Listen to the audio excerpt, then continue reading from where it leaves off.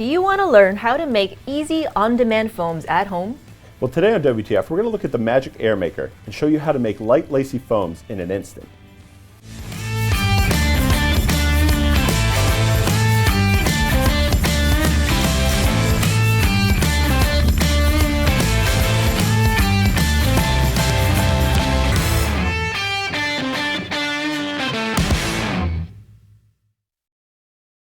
Hello and welcome to WTF, where we transform food here in the Modernist Pantry Test Kitchen. I'm Chef Scott Guerin.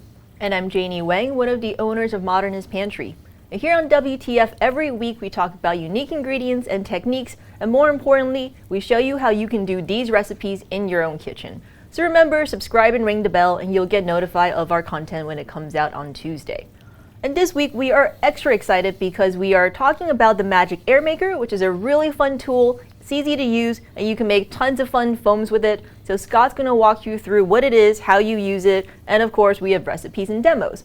But before we even get into that, we just want to mention that we are having a very special giveaway this week of one free Magic Air Maker to a person who will be randomly chosen. If you leave a comment below for the next 2 weeks, at the end of those 2 weeks, we will choose a winner and we will send you a free Magic Air Maker. So that's really fun. Leave your comments. We look forward to hearing from you. All right, now we get into the good stuff. So, Scott, can we start off with a little bit? We talked a lot about foaming on various WTF episodes. When we talk about tools for foaming, what is the Magic Maker and what is the Magic Air Maker and how does it work? Yeah, so the Magic Air Maker is basically just an aeration machine. So the best thing about it is that you control when you want the foams and when you don't want the foams, and you don't really have to do any work during it. A lot of the times, we put it into a blender, we have to stand there and turn off the blender, or we have to use an immersion blender, and all those types of things that we usually have to do manually. But this is so simple that you can place it into a container full of a liquid with some foaming agent, and boom, you have foam on demand when you need it. So we tried to do a few different cool things that allow you to make foam with the least amount of effort possible. Yeah, and when you make foams with Magic Air Maker, what kind of foams do you get out of that? So you're going to get a light, lacy foam. You're never going to get a dense foam like you would out of a whipping siphon. All right, and I know you have a few demos, and because we've talked so much about foaming, I know some of the viewers at home may already have ingredients that they can use to do foam because we have so many of them. Can you talk a little bit about, foaming ingredients and which ones work best with the Magic Air Maker? Sure. So thankfully, almost every ingredient works in some capacity, even things like VersaWhip. But you're going to notice that with some ingredients, like VersaWhip, that really stand out and it dissipates almost immediately. With VersaWhip, you need to have like a stand mixer for it. Okay. All the other ingredients work pretty well. Foam Magic, great.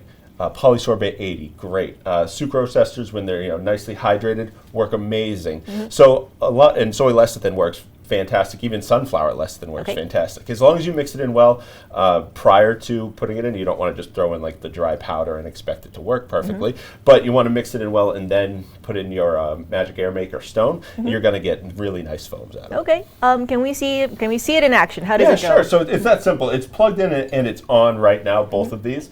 So basically this is what you're going to get. You're going to get a little bit longer of a tube, right? And it's really nice, like if you're working behind a bar or you're working in a kitchen, you can kind of put this where you need it, and then you just have the tube to work with. So basically I have here, and we made a special concoction of a number of foaming agents because we found that it made really amazing foams. You can kind of watch this just work.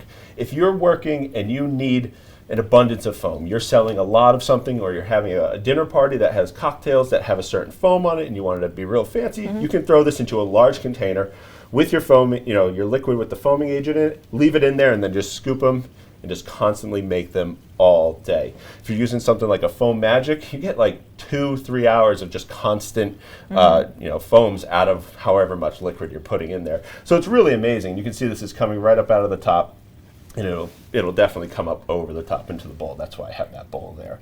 So it's that simple. I really just put it in there, and this is just like a nice flavorful liquid with a little bit of shimmer dust in it, so you get a little sparkles inside of your foam. So really cool things. You can't make oil foams. That may be something that people ask.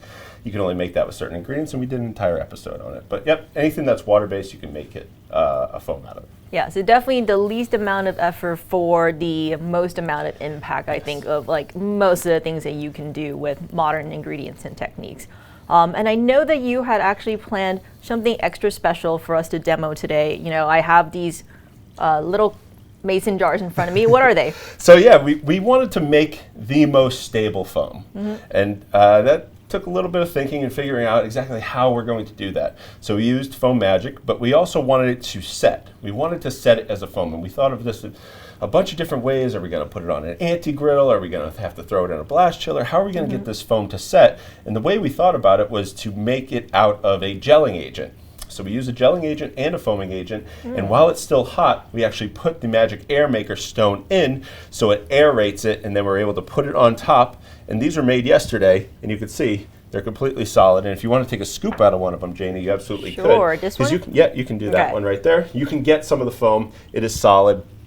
And then the custard on the bottom is really nice. So you get, there's just a little bit of gel.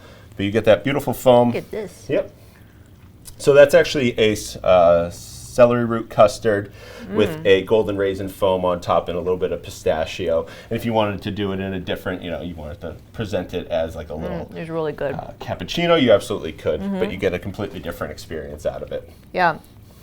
I think to be able to put your foam in the fridge and take it out the next day is incredible. And this this recipe will be on the blog. Links will be in the description below. This is fantastic. It's so good.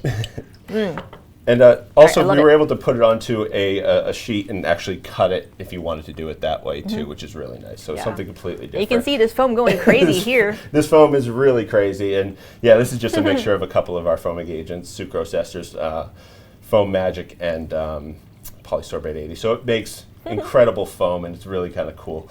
So the last thing that we're actually going to do is a quick demo just about a cocktail, but we've done a lot of cocktail foams, right? We do usually make the foam and we place them on top, but this one's a little different in that we actually make the foam inside the cocktail itself. Okay. So what I'm going to do is very simple. This right here is a pre-made cocktail. This is a daiquiri. And it's not really like the frozen daiquiri that you're used to. You know, it's not a strawberry frozen daiquiri. So I'm just going to give it a quick shake. Obviously, you'd have a cap on it, but we're not going to do that today. So I'm going to pour this into the glass. But first, I want to rim the glass with a little bit of raspberry powder and brown sugar. Right, so we get a nice little rim on that glass. And then I'm going to pour in the cocktail. And this is made with sucrose esters.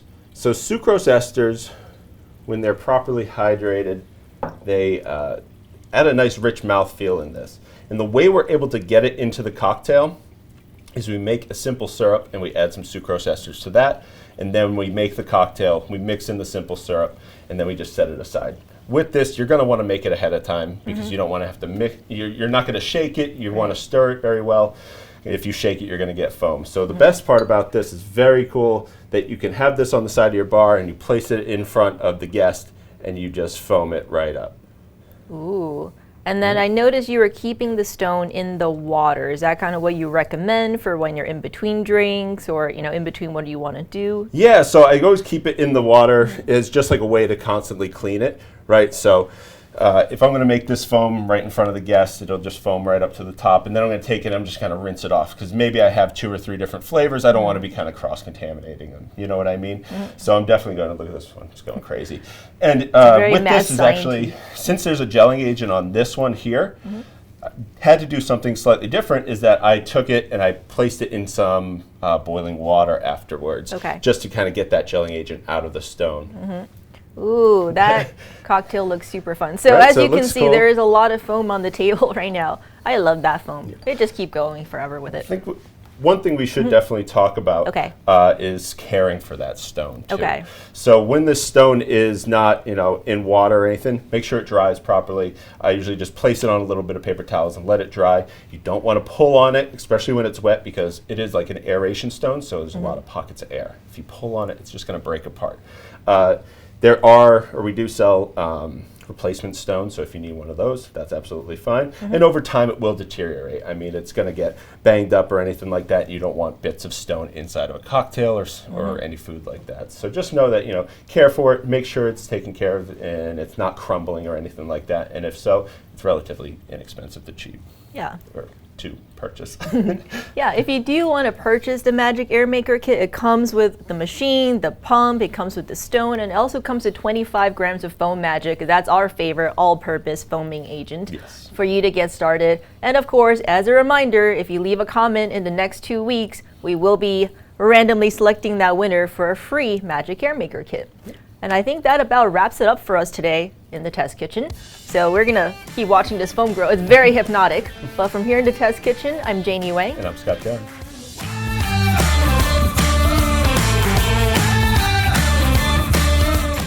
Thank you so much for watching. And if you haven't already, like, comment, and subscribe. And hit that bell so you get notified when we drop a new video. To get today's recipes and all of our recipes, remember to go to blog.modernistpantry.com where you get recipes, ask a chefs, tips and tricks, and more. And if you haven't already, tell a friend so they know what's going on here at WTF. And as always, to get any of the ingredients you saw today, you can go to modernistpantry.com to shop. And until next time, we'll be here in the test kitchen helping you create memorable and magical experiences.